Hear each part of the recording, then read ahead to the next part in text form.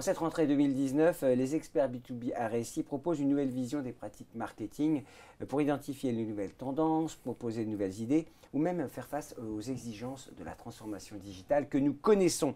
Notamment en ce qui concerne le contenu, comment émerger dans un flot de contenu sans limite aujourd'hui sur la toile. Pour en parler de tout cela et plus encore, j'en suis sûr, je reçois Mathieu Fischer qui est directeur associé au sein de l'agence RSI. Bonjour Mathieu. Bonjour. Alors, comment faire émerger une entreprise, une marque dans un flot de contenu, je le disais, illimité aujourd'hui? Alors c'est la bonne question sur tout ce qui est stratégie de contenu, pour deux raisons. La première, c'est que tout le monde s'est mis à faire du contenu, depuis la grande entreprise jusqu'à la PME. Et la seconde, c'est que lorsqu'on fait du contenu, la concurrence, elle est au sens éditorial du terme. C'est plus une simple concurrence commerciale, c'est une concurrence en termes de temps de cerveau disponible, comme, selon l'expression bien connue.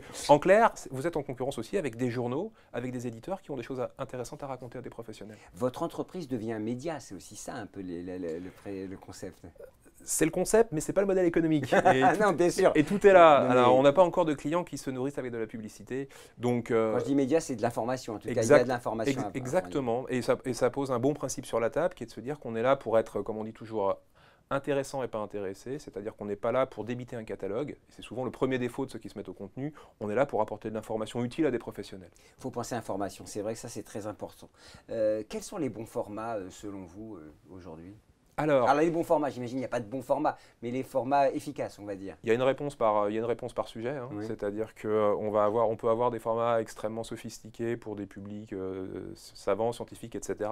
Et puis quand on va nous demander de faire des contenus pour un public, par exemple, d'artisans ou de TPE, on sait très bien que c'est des gens qui ont moins de temps, on sait très bien que c'est des gens pas forcément à l'aise avec l'écrit, on sait très bien que c'est des gens qui sont sur des chantiers, donc en situation de mobilité. Ça veut dire que notre contenu sera consulté sur un mobile, et donc typiquement, on bascule de formats plutôt écrits vers des formats plus vidéo, plus immédiats, plus snackés.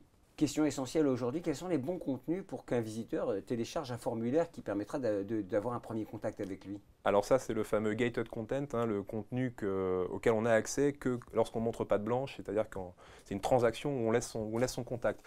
Alors là, c'est assez paradoxal, c'est-à-dire que autant sur du contenu en accès libre, aujourd'hui il y a une profusion incroyable, podcast, infographie, vidéo, etc. Autant sur ce type de contenu-là, aujourd'hui le marché est finalement assez pauvre. Tout le monde y va de son livre blanc et de son e-book, et je crois que là, il y a de nouvelles pistes à creuser. Je ne vais pas toutes les révéler ici, évidemment, mais on y travaille. Je vais vous donner un exemple très concret, hein. LinkedIn qui va sortir le LinkedIn Live.